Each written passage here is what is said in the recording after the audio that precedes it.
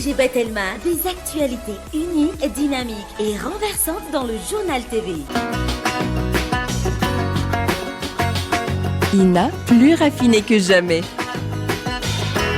ITA, huilerie industrielle de Tamata, Isacham Telsuruajiv. Vous présente Nivava.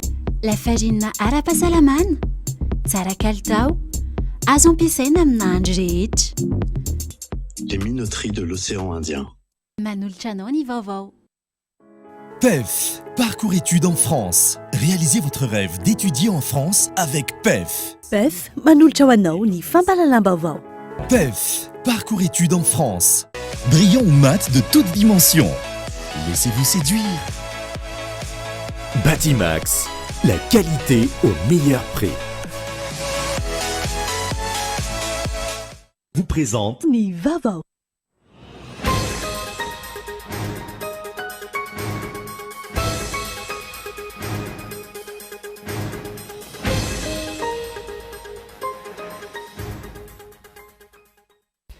Ny aiky ny teo anivon'ny seny fa misy fahatarana ny tety andro anatanterana ny fanavaozana tanteraka ny risy fifidianana eto Madagasikara. Anton'izany ny olana eo amin'ny lafiny arabola izay mampitarazoka ny asa rehetra tokony ho tanterahana. Tafiakatra 300 miliara ariary ny fanampiana izay omen'ny fanjakana malagasy ireo kompania tsoloka raha toka 100 miliara ariary izany teo aloha araka ny fifanarana tamin'ny FMI. Ankilan'izay anatin'ny adevitra ny fanjakana malagasy sy ireo kompania tsoloka amin'izao fotoana noho ny tsy fitovian-kajy eo amin'ny OMH sy ireo mpandraharaha mahakasika io totalim-bola anampian'ny fanjakana ireo kompania tsoloka io. Telo volana teoriana tsy hita ny toy ny raharaha fanjavonan'ny volamena sy vatosoa maheriny 530 kilao tao amin'ny vatamidy ny ministeran'ny arenan-kibonitany. Raha ny fomba fijeriny solombavambahoaka sy mpamakafaka politika misy firaisana tsy kombakomba amin'ny sampitondra anton'izao fanginana izao. Mirongatra ny tsy fandriam-pahalemana amin'ny faritra Menabe, omby maheriny 200 isan-kerinandro no very ao amin'ity faritra ity raha ny fampitam-baovao voaray avy any an-toerana. Saika ireo tanora niofana ho miaramila nefa tsy voaray ny ankamaroan'ireo olon-dratsy. Maresaka iraisam-pirenena, ny gadona tao amin'ny lapan'ny Buckingham omaly ariva ny vata misy ny nofo mangatsiaka ny mpanjakavavy Elisabeth II rehefa nampidiana avy any Ekosy toerana nahafatesany. Ny azo avy hatrany ny lapan'ny Westminster Hall izany tamin'ity androany ity. Ny andindinireo ho arahinao afaka fotoana fohy.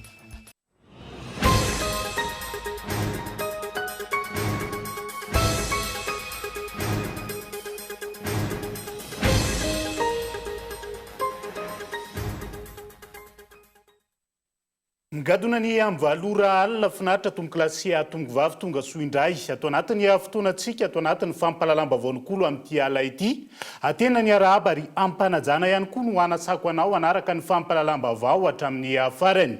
Isan'ny tarantsika ny fampalalam-baovao amin'ity ala ity ny aiky ny teo anivony seny tamin'ity androany ity fa misy fahatarany ny tety andro anatanterana ny fanavaozana tanteraka ny lisy-pividianana eto amintsika. Tsy mifanaraka tamin'ny tety andro izay fanavoaka teo aloha ny asa mandeha amin'izao fotoana izao raha ny fanazavana trany anton'izany no olana eo amin'ny lafiny arabola izay mampitarazoka ny asa rehetra tokony ho atao manodidina izay fanavaozana tanteraka ny lisy-pividianana izay. Henri Florian. Raha araka ny tety andro navoaka ny voamera-pirenena maleo tena amin'ny sanany fifidianana ny seny ny datin'ny 12 aogositra lasa teo no tokony efa nanomboka ny fampiofanina ireo eo anivon'ny CLRE na ny voamera eo anivon'ny fiarahamonina mpanetsam-pifidy tsy mbola mandeha izany amin'izao fotoana izao raha ny fantatra. Nambara ny filoha lefitry ny seny androany fa ny fampiofanina ireo mpampiofana isaky ny faritra irery ihany no vita hatreto. Aorian'izay vao hanomboka ny fampiofanina ireo mpanetsam-pifidy hitety ny isan-tokantrano.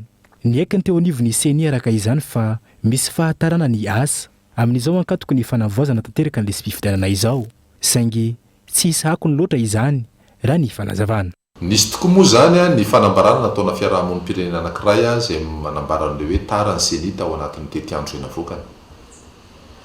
Misy fahamarinana izay. Misy tokoa ny fahatarana fa eto ny tiako hisariana ny saintsika menakavy.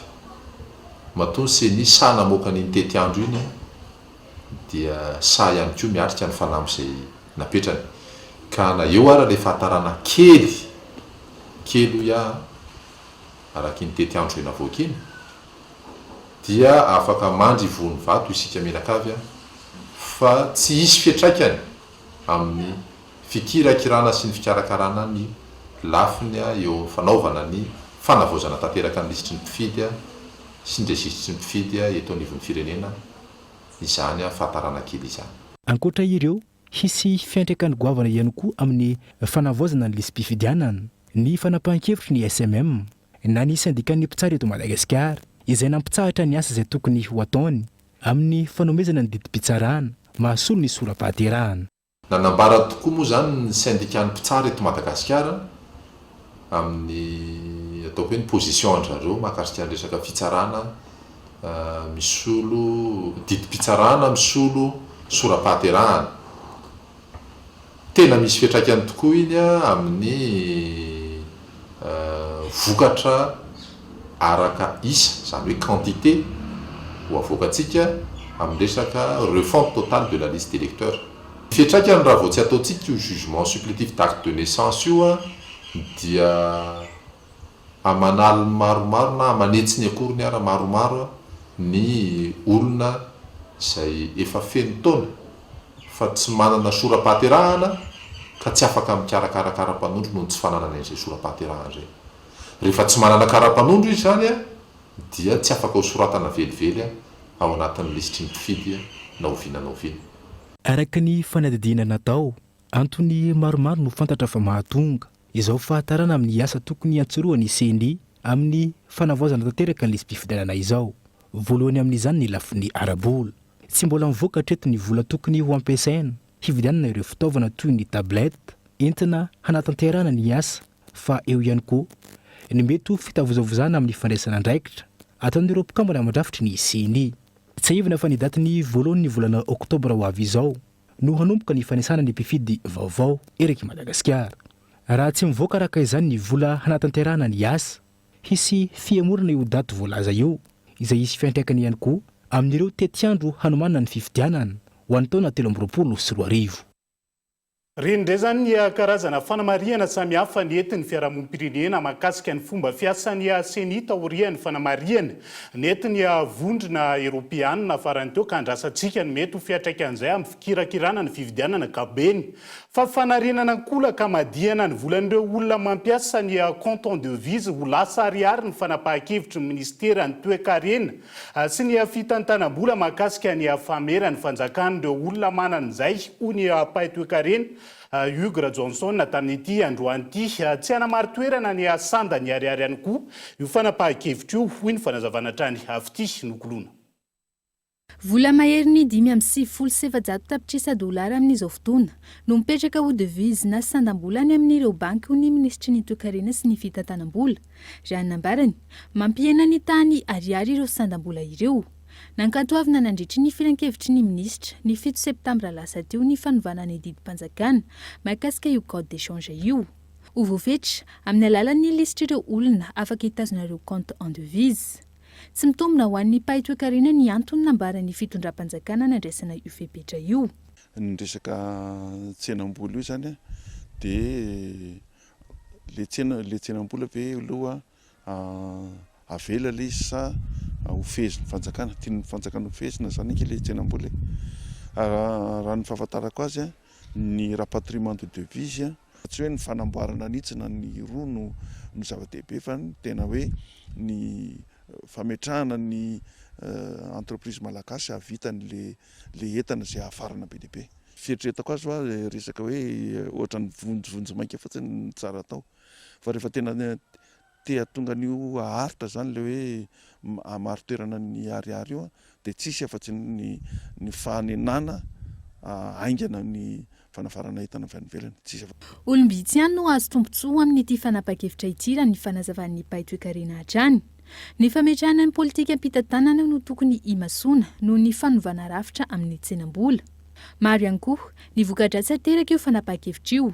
Isan'izany ny mety ho fitombony ireo olona nokatra akaonty ivelan'ny firenena.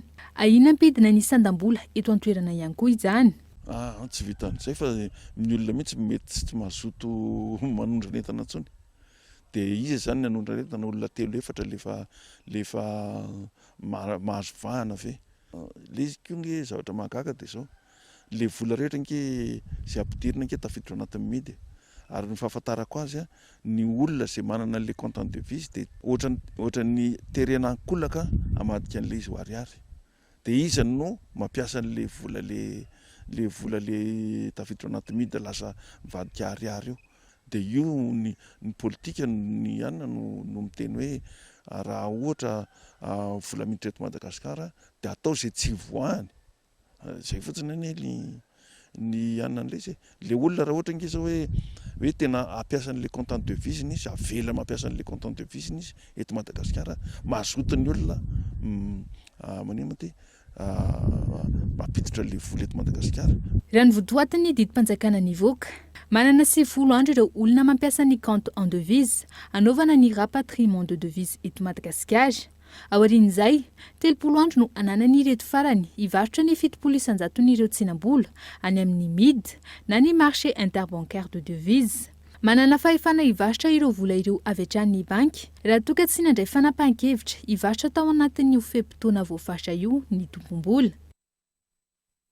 ao anatin'izay pejiny toe-karena izay hatrany dia tafiakatra 300 miliara ariary ny fanampiana izay omeny ny fanjakan'ireo kompania tsolika raha toka 100 miliara ariary izany teo aloha araka ny fifanarahana tamin'ny FMI ankilan'izay anatin'ny ady-hevitra ny fanjakana malagasy sy ireo kompania tsolika amin'izao fotoana izao noho ny tsy fitoviany ny kajy eo amin'ny ofisy malagasy des hydrocarbures sy ireo kompania tsolika mahakasika io totalim-bola hanampiany ny fanjakana ny kompania tsolika io tsy mifanaraka ny viditsolika eo amin'ny tsena iraisam-pirenena ny viditsolika eto Madagasikara ankehitriny raha nambarany ministry ny toe-karena sy ny fitantanam-bola nisandrana araka izany ireo fanampiana izay omeny fitondram-panjakana ireo kompania tsolika anefana ny elanelana misy raha ny fanazavana ny totalin'ny fanampiana tokony omena ireo kompania tsolika izay tsy fantatra mazava hatreto ny tena antony mahasamihafa an'ilay kajy ny pétrolier sy ny OMH dia ny pétrolier rehefa manao an'ny kajy hoe ohatrinona ny pasifa iandrasany dia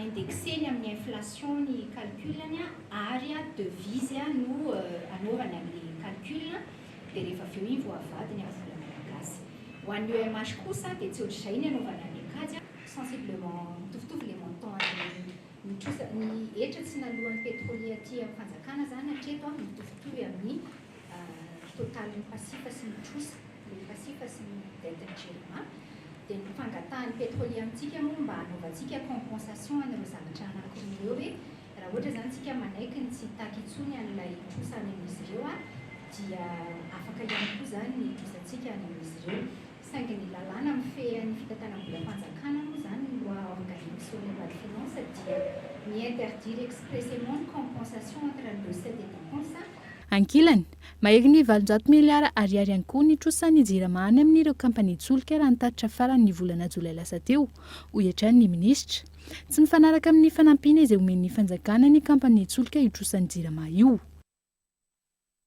fa toy ny raharaha fanaovana tantely afadrakotra ny harem-pirenena indrindra ny volamena ny fanesy teto amin'ny firenena tato ato tsy ahita teny ny fitondram-panjakana manoloana ny toy ny raharaha fanjavonana volamena azy vatosoa milanja 5.30 faingo 3.7 kilao tao anaty vatamidy ny ministerany arena kibonitany sy ny loharanokarena stratejika telo volana lasa izay raha ny fomba fijery ny solombavambahoaka sy ny mpamakafaka politika manaraka akaiky ny raharaha misy firaisana tsokombakomba eo amin'ny sampitondra no anton'izao fahangina ny fitondram-panjakan'izao mirana Clara. Telo volana taorian'ny filazana ny fahaverezan'ny volamena sy vatosoa milanja 4.30 kilograma tao anaty vatamidin'ny ministerany arena kibonitany sy ny loharanokarena stratégique. Tsy fantatra mazava hoe nakaiza ireo harem-pirenena voalaza ho tsy hita ireo hatreto. Tsy misy mitondra fanazavana mahakasika izany ny tompon'andraikitra. Na isan'ny nilaza ho nametraka fitoriana mahakasika ny raraza ny teo anivon'ny primature sy ny teo anivon'ny ministera voakasika, tsy misy mipika ny toy n'izany hatreto. Misy ny firaisana tsokombakomba eo amin'ny sampitondra ankehitriny iny raharaha iny antony izao fahanginana izao ho ny solombavambahoaka iray.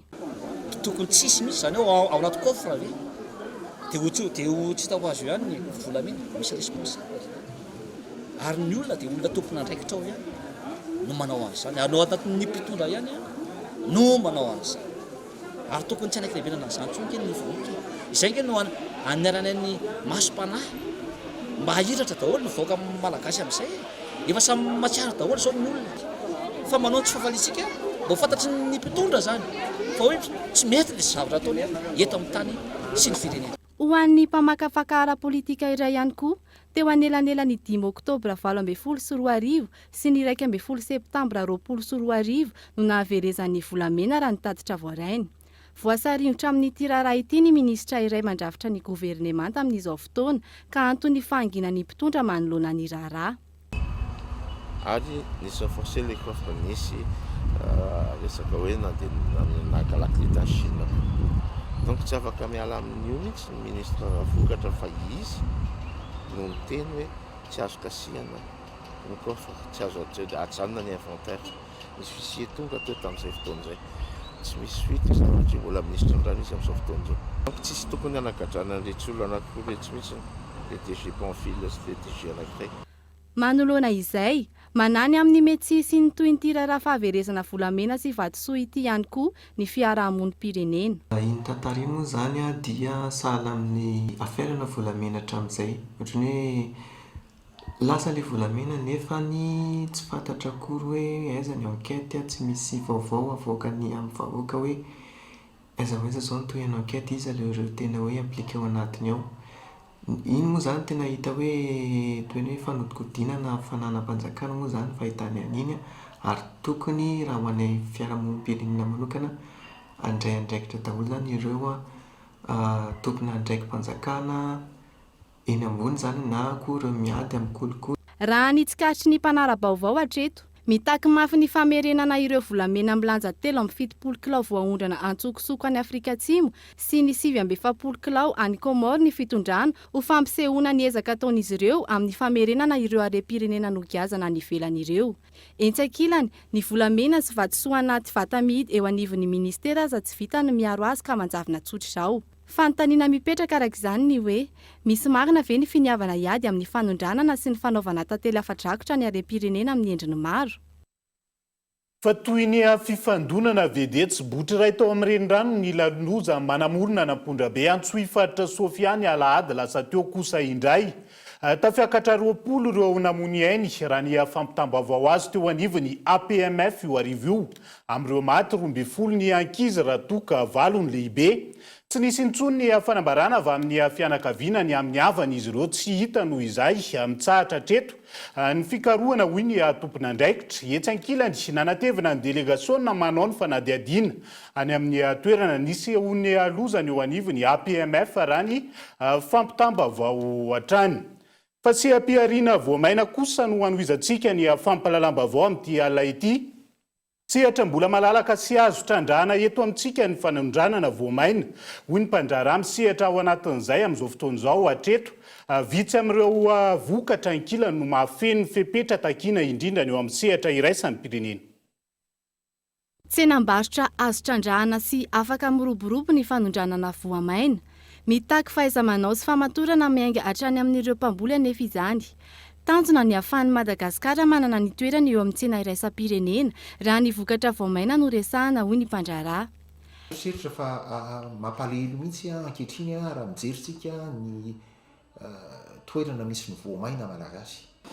Tany amin'ny taona maro tany taloha tany tsika indrindra tamin'ny mbola teto ireo orinasa ny mpatana ny vazaha dia nanana ny lazany ny voamaina malagasy. Zany lazany Madagasikara zany taty amin'ny taona ny fandimby, taty nanomboka amin'ny 20 raha tsy diso ny fitadidiako nakatia dia niena isa-taona. Etsakilany, isan'ny olana ho an'ny malagasy misehatra amin'ny varotra ivelany hoy ny mpandrara ny tsy fahafenoan'ireo fepetra takiana eo amin'ny tsena iraisam-pirenena. Vokatra io, ny tsena natony no iopanan'ny 700 ny voamaina amin'izao fotoana. Ao tao anatin'izany ny sehatra ireo voamaina indrindrindrindra dia mbola ny vahiny ihany koa no manana ny lohalaharana eo amin'izany famondanana. Ny fahitako azy ampanatretena dia satria ny vahiny no manana ny rôle ataoko hoe fifehezan-tena sy fifehezana ny kalitao. Malagasy dia tsika na miteny ary moa dia zatra amin'le hoe boribory, mavomavo nefa ny mety ny tena ilain'ny tsena dia zavatra tena voafetateraka rehefa to hoe zavatra boribory zany a dia tsy ho valina zany. Manana velara-tany manodidina ny 8 tapitrisa hektara afaka ambolena i Madagasikara ankehitriny ka ny 2,9 tapitrisa amin'izany no voazary. Ankoatra ny fambolem-bary, sehatra tokony atao lahara-pahamehana ihany koa ny famokarana voamaina manaraka ny kalitao, hanatsarana ny vokatra eto anatiny sy hitodiana amin'ny tsena iraisam-pirenena. Izay ihany koa no entintsika miala sasatra vetivety anaty doka fohy ny fanambarana nataony teo anivon'ny Sinady izay manameloka ny fanesorana amin'ny toerany lehibe ny distrika ny Kongo taorian-tranga tany an-toerany. Eo ihany koa ny mahakasika ny fampiarana ny didy, mahakasika ny fametahana laharana famantana manokana ho an'ireo bajaja miasa ao ambony vohitra Mananjary manomboka ny volana Oktobra ho avy izao rehefa avy eo no anarahantsika izay.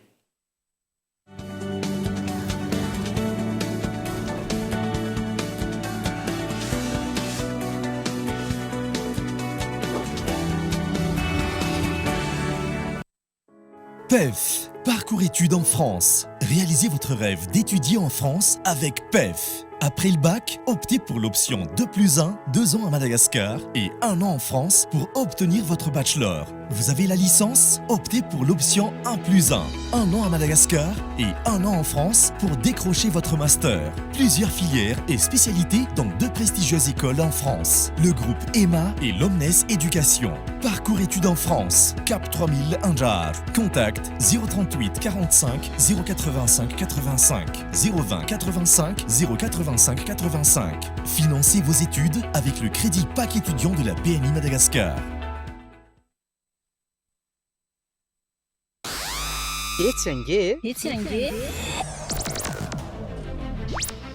Niazo tokana tsy mba haly. Ary ny afo fahavalo ny ala.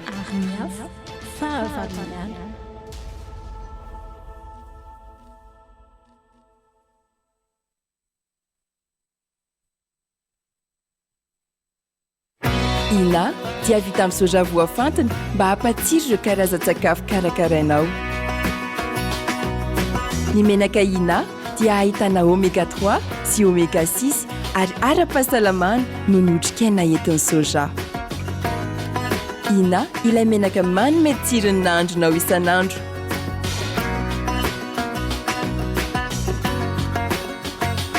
Ina, plus raffiné que jamais. Ita, huilerie industrielle de Tamatave, misatra amin'ny telo sy roa arivo.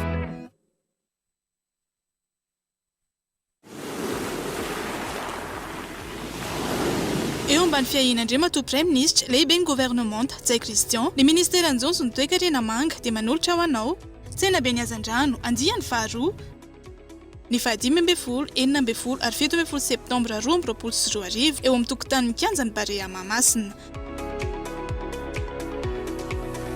Hazan-drano tsara kalitao ho an'ny mpanjifa tsy hakanavaka.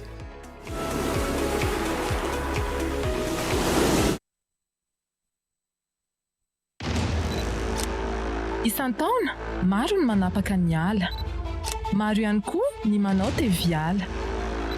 Nefa, misy ny roa fiasa RET Plus ahafahana mandray onitra karbona rehefa misoroka ny faharipana sy ny faharavan'ny ala, na ihany koa mampitombo ny velaran'ala.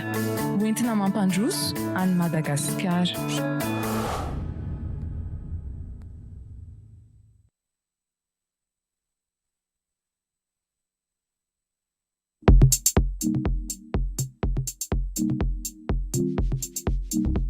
La farine ara-pahasalamana, tsara kalitao, azo ampiasaina amina andro rehetra.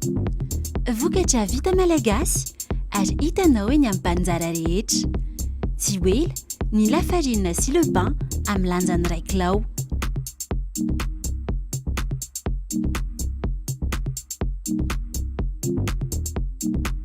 Les minoteries de l'océan Indien.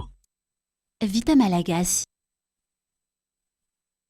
Lasandray Bola! Coupe de la Confédération Rouen-Bropoul sur Arrive, la Lokoavan Ifandunan Elcheco Plus, Padresan Telma Coupe de Madagascar Rouen-Bropoul sur Arrive, si Bamenda, Avian Cameroun, ni Ala Advala Full septembre Rouen-Bropoul sur Arrive, am Nefachur, au am Kiazan Pare Amamassin, Rombantan am Pets Telman Lalau, Tungava Mar, Miaraka Manangan, Miaraka Mandus, ici Kairai.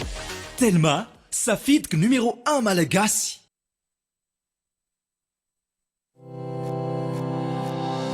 Ny signaly no isan'ny manalefaka amin'ny fiovan'ny toetry ny andro. Iarahentana isika hisoroka ny faharipahana sy faravan'ny ala.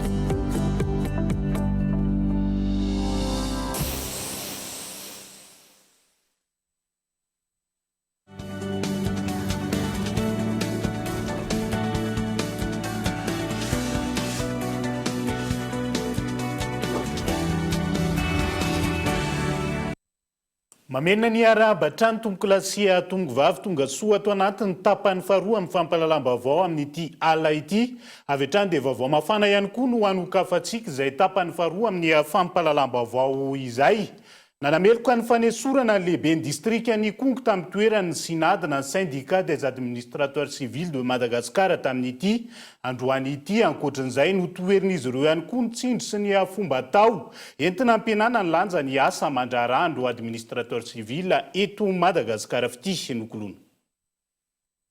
Tsy tompon'andraikitra tamin'ny raha tao ikongo ny lehiben'ny distrika tao an-toerana araka ny fanambarana navoakan'ny syndicat des administrateurs civils de Madagascar androany manoloana izany milohan'ny sinady ny fanasaziana sy fanesorana amin'ny toeran'ireo administratera civil sy mpiasa-panjakana tsy nanao adisona raha ny nambarany filohany azo tamin'ny Antsotarby. Inona ny antony nanesorana azy? Inona ny adisoany tamile fitirana? Votsy androany nanaovana an'io fa atao zana-tindriana le izy dia atao gestion telo zany dia atao inona zany idirany chef district amin'le zavatra izy tsy tany fanamonjy le groupement de détermination ny ao amin'ny président de république taty daholo ny représentant de l'état no miseho ny zavatra ny kongo fa maninona tsy miala koa satria misy premier responsable ny zany zany eto Madagascar fa maninona commissaire manala ny sasany ary zay dia mitodika ny mahazotrivo amin'ny premier ministre le ben gouvernement atao mahazaka loatra le izy monsieur le premier ministre enao angeny chef de l'administration araka ny constitution malagasy piasanao angeny représentant de l'état misolo tenanao e fa maninona anao manana kantany anaisitra le olo kom'izao zany zay syndicat dia anao fanadiadiana namana esorina amin'ny toerany sy endrikandrena be fahatany. Raha ny fanambarana trany hanohy ny asa mandrara ireo administrateur civil na eo aza ny trindry izay mahazo azy ireo tsy aivony nametraka fitoriana eo anivon'ny sapandraraha maro izay mandray antanana ny raharaha eloka be vavatoy izao ny solombavam-bahoaka voafidy tany Kongo andrasana ny valin'ny fanadiadiana mahakasika ireo rehetra voasaringotra amin'ity famonona mpiray tanindrazana ity sy ny fepetra ho raisina ahafahana mitaizan'ny mponina tsy ronany amin'ny fitsaram-bahoaka raha misy tranga disadisana alatry ny anivon'ny fiarahamonina. Manambahiny ny sampana fampalalam-baovao amin'ity ala ity dia tsy iza farabe fitia Riantsoa izay tompony andraikitra eo anivony Telma Madagasikara miarabanao tonga soa atao anatin'ny vaovaony kolo amin'ity ala ity misy ny lalao lehibe izay tafiditra anatin'ny hetsika salon de l'auto izay karakarainy Telma Madagasikara amin'izao fotoan'izao eto indrindra ianao ngamba tsara mitondra fampafantarana bebe kokoa ny mpanaraka ny vaovao amin'ity ala ity ny mahakasika izay. Toetra tompoko faly miarabanao Yves Richard ary faly miarabanareo rehetra izay manaraka ny JT eto amin'ny Cool TV amin'izao fotoana izao. Misy lalao SMS lehibe tokoa izay karakarainy Telma amin'ny Salon de l'Auto 2022. Raha ny tantara fohifohy momba ny Salon de l'Auto sy Telma dia mpiara-miombonantoka ara-tantara na hoe partenaire historique ny Salon de l'Auto i Telma zany hoe efa hatrany am-piandohana hatrany amin'ny voalohany no niara-niasa tamin'ireo mpikarakara ny Salon de l'Auto izahay. Ka toy ny fanao dia hisy indray ny lalao SMS lehibe amin'ity andiany fahatelo ambin'ny folony hetsika Salon de l'Auto ity. Ahoana ary ny fandihan'ny lalao amin'ity andray mitoraka ity izy avy ihany koa ireo afaka mandray anjara ao anatin'izay. Tsotra dia tsotra ny fandehan'ny lalao ary tsotra dia tsotra tokoa ny fandraisana anjara. Amin'ny mahalalao SMS anazy dia mandefa SMS ireo izay te handray anjara rehetra. Alefa ny SMS amin'ny 034 34 00 777 arivo ariary ny sarany SMS iray izany hoe ny SMS iray dia fandraisana anjara iray fa mariana kosa fa illimité ny fandraisana anjara amin'ity lalao SMS ity izany hoe azony tsirairay atao ny mandefa SMS iray na maro arak'izay tsiny. Salon de l'auto ny resaka eto isan'ny hetsika azo lazaina ho goavana ihany koa zany manahoana ny loka ao anatiny tsy latsa-danja ao anatin'izay ihany koa ve mifanaraka amin'izay sa manahoana eto ianao? Ye, faly tokoa izay mampafantatra fa ny loka voalohany azo amin'ity salon de l'auto amin'ity lalao SMS ity dia fiara vaovao be anankiray izany hoe isy tsara vitana iray azo fiara vaovao be iray avy aty amin'ny Telma Madagasikara mandritra ny hetsika salon de l'auto. Eto ary ny fanentanana farany hoentinareo mahakasika an'ity hetsika izay raha ny Telma Madagasikara sy ny salon de l'auto ity. Manasa sy manentana antsika rehetra handray anjara amin'ity lalao SMS lehibe izay karakarain'ny Telma ity. Mariana moa fa efa nanomboka tamin'ny 29 août 2022 teo ny lalao ary tsy mifarana raha tsy ny 2 octobre 2022 izany hoe amin'ny andro faran'ny salon de l'auto izy ity. Ny fandraisana anjara moa zany dia tapitra amin'io andro io amin'ny 4 ora hariva ary ny fisarihana dia ho atao ny andro ihany izany hoe ny 2 octobre amin'ny 9 ora hariva eny toerana eny amin'ny CCI Vato. Misy ny commissaire au compte izay manatrika ny fisarihana ary ny tiako anampiana kely anazy dia izay fiara vaovao be izay no loka voalohany goavana azo amin'ity lalao SMS ity fa izy koa ireo loka hafa maro karazana satria olona 8 be izao no azo loka amin'io lalao SMS izay karakarain'ny Telma io. Dia feno fanazavana mahakasika izay ankasitrahana feno ianao raha be fity Riantsoa izay tompony andraikitra eo anivony Telma Madagasikara ny vahiny tato anatin'ny vaovaon'ny kolo tamin'ity ala ity. Mankasitraka tompoko. Sotra antsika rehetra. Anohizana ny fampalalam-baovao amin'ity ala ity dia andao isika hiazo vetivety any faritra Menabe. Tsy latsaky ny 200 ny omby isan-kerinandro ny very ao anatin'ny faritra Menabe amin'izao fotoana izao. Tsy ampisa sy fitaovana hanatanterahana ny asa araka ny tokony ho izy ankilany lopitandro ny filaminana any an-toerany. Ka antony mampirongatra ny tsy fandriam-pahalemana hoy ny zanaky ny faritra Henri Florian. Saka isan-kerinandro no ahitana fanafihana amin'ny tampiadina ny any amin'ireo distrika tsiraray mandrafitra ny faritra Menabe. Amin'izao fotoana izao hoy ireo zanaky ny faritra. Mandry tsy lavolony ankamaroan'ny mponina indrindra fa ireo mananomby. Miantso vonjy ny vahoaka ny district Mahabo, miantso vonjy Menabe satria tsy milamina ny asan-dahalo mirongatra ohatry ny anana. Satria ny attaque zao tamin'ny le 9 septembre teo efa nisy tao Mahabo, 8 septembre tao Ankilivalo omaly alina mbola nisy nzay tao Ankilivalo.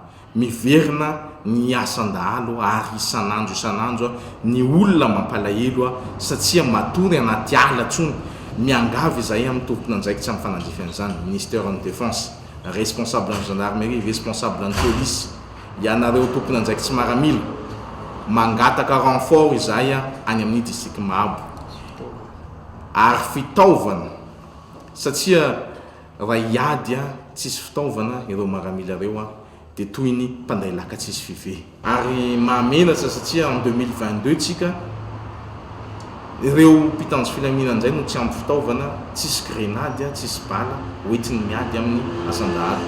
Ataoko angamba efa misy ny fandraisana andraikitra sy risque amin'ny vocation izay nataony zareo nefa kosa ny aina tsy hananampiry. Namafisy ny zanaky ny faritra ihany koa fa ireo tanora mahavita ho fiofanana ho miaramila ka tsy voaray amin'izany ihany koa no mampirongatra ny tsy fandriam-pahalemana any an-toerana ity. Ary ny zava-mahagaga mihitsy amin'izao dia hoe ny dahalo no mahay an'le attaque, le style de guerre mihitsy amin'izao fotoana izao. Satria araky ny fahalalana dia hoe be dia be ireo ataontsika hoe vahoaka na avy ambanivohitra manao formation militaire izy nefa tsy rangaze. Dia regny tsy mahazo engagement reny matetika no lasa manao dahalo. Miangavy amin'ny fitondram-panjakana zay raha ohatra ka irecruter ihany nareo miaramila ampanao formation militaire ihany. Enga aoka ny mba ho engagé nareo reny olona reny fa ireny olona reny angeka tsy mahita asa no ahatonga azy manao dahalo. Ny économiquement parlant ho teneniko eto 98% ny vahoaka ny Menabe dia mbola tantsaha avokoa. ary manana omby avokoa satria ny omby no entina miasa amin'ny tanimbary ka raha io fongorana io omby io lasany-dalo avokoa dia hisy crise économique zany hoe vadikany mihitsy ny kere satria tsy ambolontsony ny olona satria tsisy omby ao hoentiny miasa tany.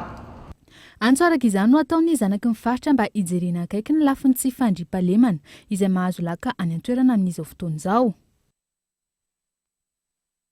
Fa hiatra manomboka ny volana oktobra ho avy izao ny didy mahakasika ny fametahana laharana famantarana manokana ireo bajaja miasa ao ambony vohitry Mananjary amin'izao fotoana raha nambara ny ben'ny tanàna any an-toerany ho fampanarahan-dalàna ireo bajaja araka izany hizara laharana ho azy ireo ny fiadidina ny tanàna ao Mananjary Daniela Mino Arso. Tsy afaka manatanteraka fitateram-bahoaka intsony ireo tukutuku na bajaji miasa ao ambony vohitry Mananjary manomboka ny volana oktobra ho avy izao raha tsy manana laharana famantarana manokana raha ny nambara ny ben'ny tanàna any an-toerana. Manoloana izany amoaka laharana manokana ho azy ireo ny avy ao ny fiadidian'ny tanàna ny Mananjary raha ny fanazavagna hatrany. Ny fampanarahan-dalàna moa zany ny tena hoe zava-dehibe amin'izay lafin'izay mba ahafahan'ireo mpitondra tukutuku ireo no manatanteraka ny asany araky ny voafaritry ny didy aman-dalàna.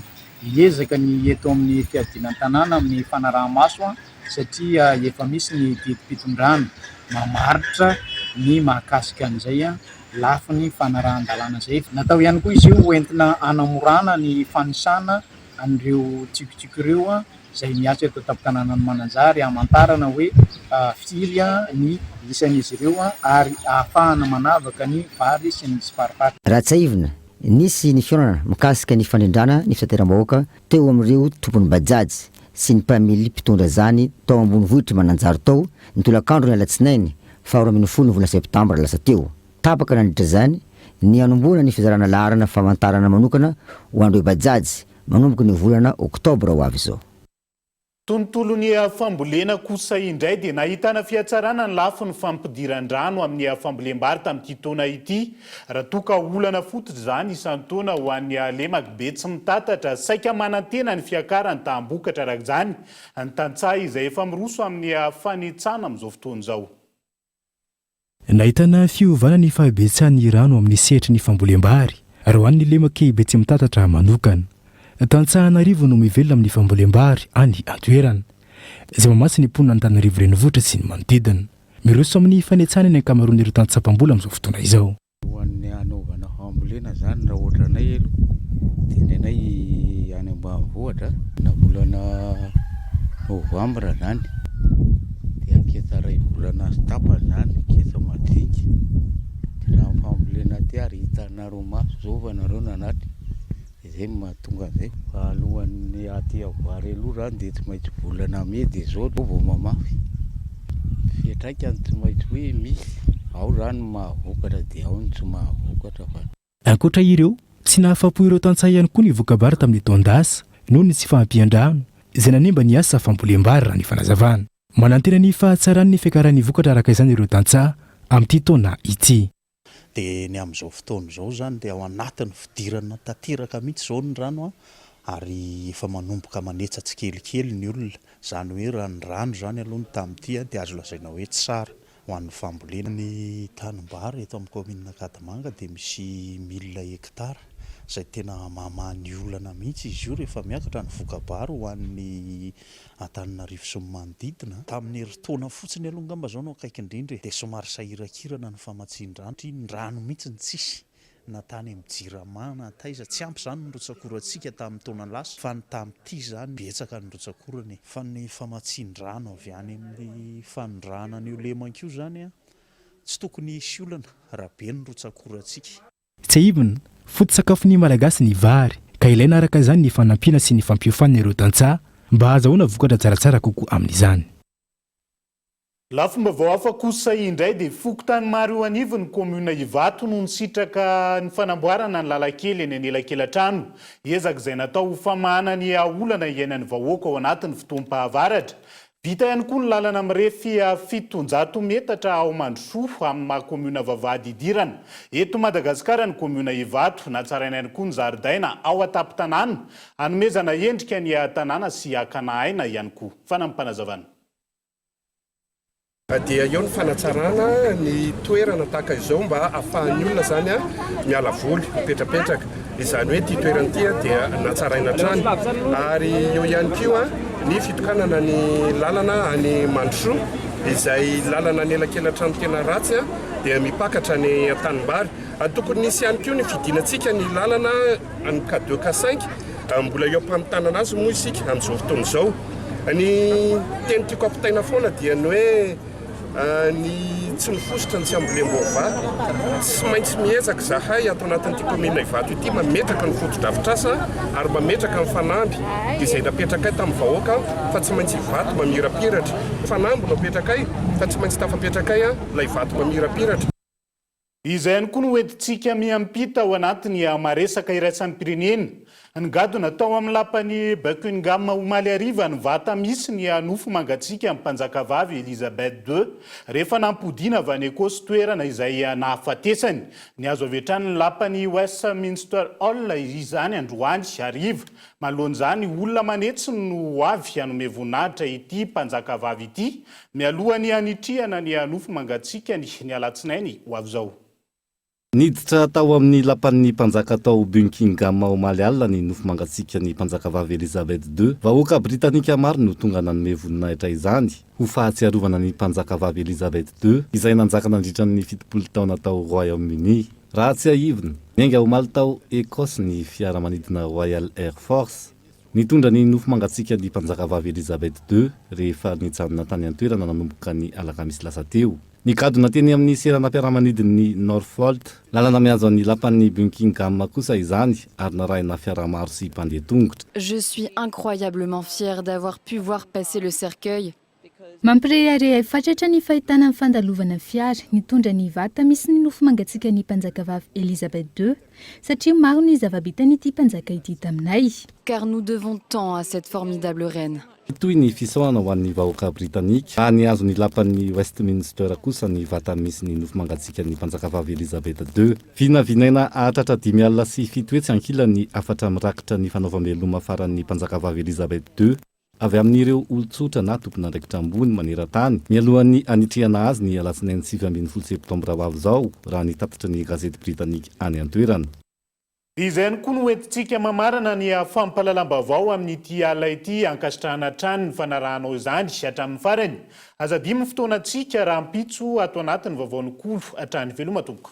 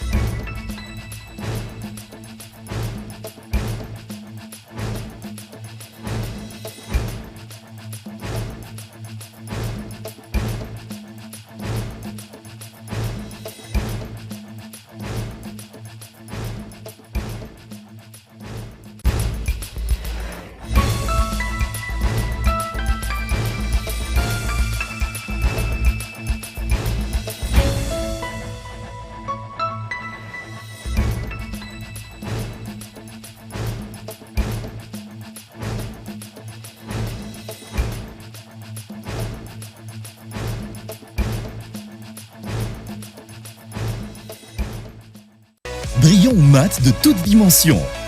Laissez-vous séduire. Batimax, la qualité au meilleur prix. Vous a présenté Ni vavao. La fajina ara-pasalaman, tsara kalitao, azo ampiasaina amina andro rehetra. Narahinao teo niaraka tamin'ny LMOI ny vaovao. PEF, parcours études en France. Réalisez votre rêve d'étudier en France avec PEF. PEF, nanolotra ho anao teo ny fampalalam-bavao. PEF, parcours études en France. INA, plus raffiné que jamais. ITA, huilerie industrielle de Tamata, Isacham Telsuru arrive. Vous a présenté Ni vavao. NGB Telma, des actualités unies, dynamiques et renversantes dans le journal TV.